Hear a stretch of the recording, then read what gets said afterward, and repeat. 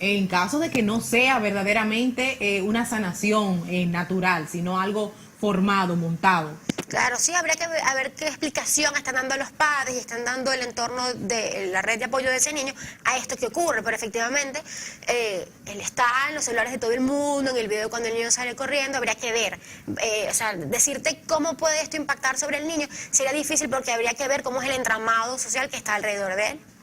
Ni lo que le dijeron para que lo hiciera en el caso de que haya sido así, porque no ponemos en duda que el profeta T.B. Joshua sea un sanador, no lo cuestionamos, no.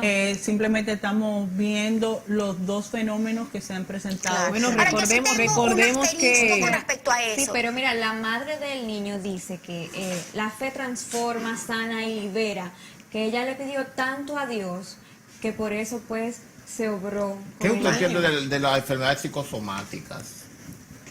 Bueno, son una realidad y es cierto, ok, pero hay que tenerlas en su justa medida.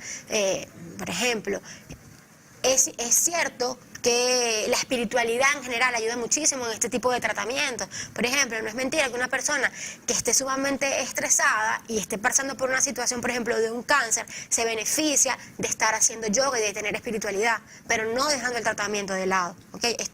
Yo quiero hacer un asterisco porque esto es lo que a mí me preocupa. El mensaje que pueda quedar en la cultura, en el pueblo en general. ¿Okay? De bueno, ya no tenemos a este sanador, pero vamos a cualquier otro que haya en mi pueblo cercano que seguro nos puede resolver. Y entonces yo pongo un asterisco que me hace pensar en lo que tú decías hace un momento, Lila, y es, si eso es así, ¿por qué no fue a los hospitales? Si eso es así, ¿por qué tenemos que África es uno de los continentes donde más enfermedades hay? ¿Por qué no ha curado la cantidad de gente con VIH? ¿Por qué no ha curado la cantidad de gente con diferentes patologías que van asociadas al nivel de pobreza de esos Sobre países? todo lo de su país, Nigeria. Exactamente. Claro, que es eso me llama la atención. De los más afectados con este tipo de enfermedad y sobre todo con la pobreza. Hablando de la actitud positiva que usted mencionaba anteriormente, se dice que los pacientes diagnosticados con cáncer en su mayoría duran más tiempo y sobrepasan este proceso cuando tienen lo que es este tipo de apoyo bajo la actitud positiva. Incluso la mente juega un papel preponderante ante este tipo de diagnósticos. Y eso está demostrado. Exacto, incluso está demostrado. Entonces, mi pregunta sería, en caso de que a un paciente pues se le diagnostique cáncer y a otro en el mismo momento, cómo juega el papel de lo que es la credibilidad, la fe y este tipo de forma de llevar la vida, porque es también bajo la actitud positiva, pero también hay que ver que eso ayuda. Sí, efectivamente es así, como yo lo decía, y no tenemos que hablar específicamente de un Dios, estamos hablando de la espiritualidad en general, eso tiene un efecto importante, ¿ok? Como les decía al principio, tan solo el hecho de tener una actitud optimista ante el tratamiento tiene un efecto sobre él. Claro. No es que yo voy a tener una actitud optimista, pero yo me voy a encerrar en mi casa y voy a pasarme todo el día rezando y me voy a curar. Y ahí es que viene la depresión también. Sí, Doctor, el caso contrario. existe alma, cuerpo y espíritu. Yo creo que somos un todo. Esa dualidad cartesiana ya hace mucho tiempo que se superó. Ya la discusión no va en esa línea, ya sabemos. Sí. Incluso algo tan sencillo como esto, esta metáfora que siempre se hace del hardware y el software en la computadora. Se supone que las emociones, el pensamiento, todo está en el cerebro y al final el cerebro es un órgano más del cuerpo. Entonces, y eso es claro, por ejemplo, nosotros vemos personas que pueden estar presentando cambios conductuales que parecen enfermedades, o que tienen síntomas de enfermedades mentales, y son por alteraciones físicas, como lo vemos en el caso del delirium, por ejemplo, que una alteración a nivel hidroelectrolítico puede generar en la persona una cantidad de síntomas, y ese es el ejemplo más claro de cómo es un solo sistema, es un solo cuerpo, no hay que separarlo. Bueno, señores, vamos a hacer una pausa porque el tema de nosotros hoy era el acoso laboral. Vamos a seguir derecho.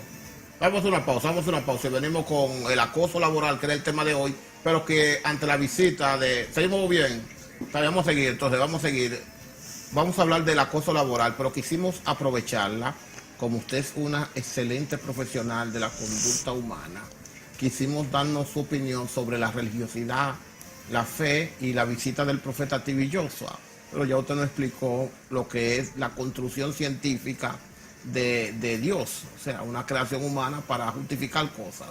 y para vivir un chin más tranquilo. El que se inventó eso es un genio, ¿no es verdad?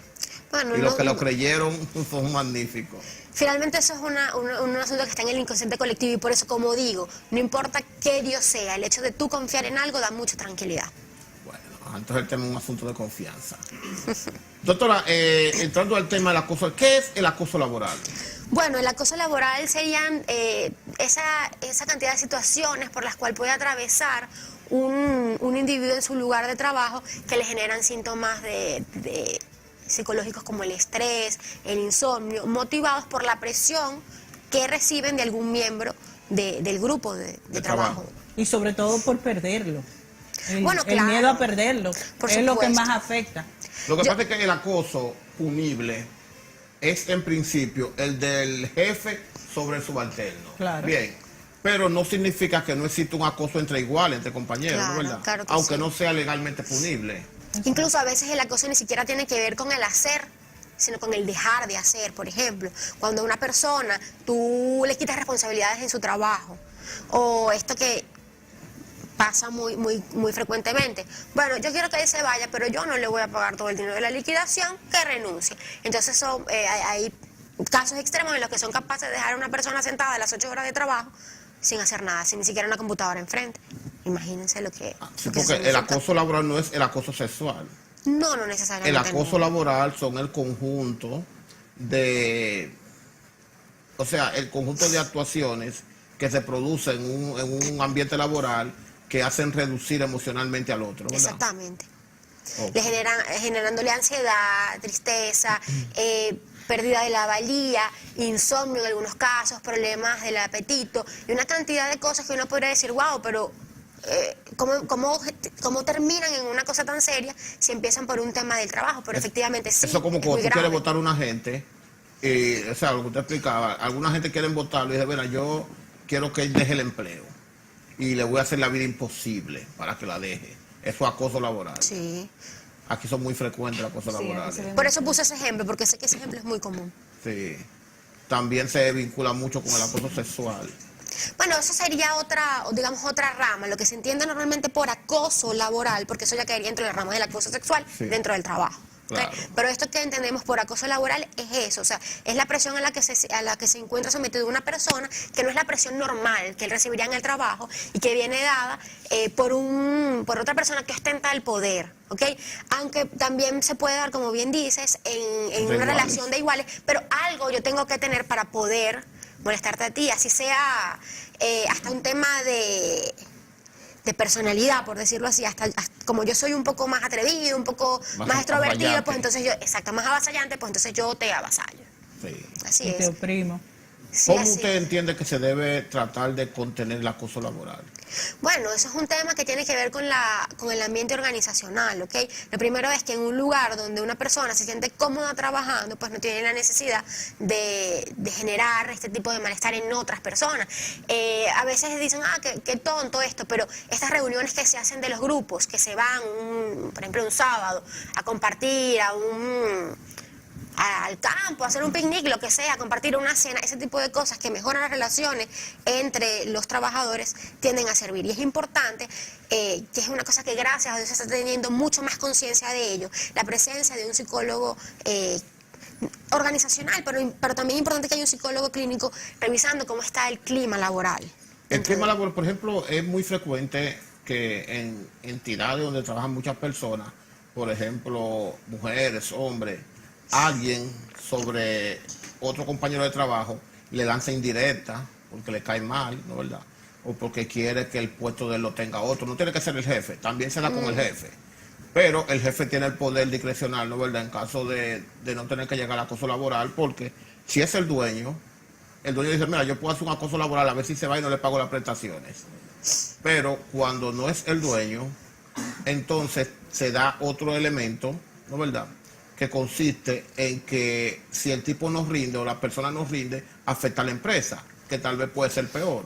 Pero a veces se da entre los mismos empleados que se tiran indirectas ¿Cómo se puede lidiar con eso? Sí, lo más importante acá es que en cada empresa tiene que haber un organigrama, ¿ok? Cada persona tiene que tener claro cuáles son sus funciones, cuáles son sus responsabilidades y hasta dónde llegan sus obligaciones y sus derechos, ¿ok? En la medida que esto se pudiera entender que fuera el ideal, pues evitaríamos esto. Sin embargo, ahí entramos también en otro punto, como usted planteaba, que es a veces esencialmente me cae mal. Okay. Sí. Es importante que en el clima laboral se reconozca este tipo de personas que diríamos serían como las manzanas podridas dentro de la organización y se pueda trabajar directamente con ellos y en caso de que, bueno, esto no mejore, entonces retirarlo de la empresa, incluso beneficiando a la empresa porque un empleado que tiene este tipo de síntomas no puede rendir. Bueno. ¿Okay? Señores, ha sido todo por hoy. Gracias, doctora, como de costumbre, acompañándolo. Pasen feliz resto de la noche y nos vemos por aquí con más calma.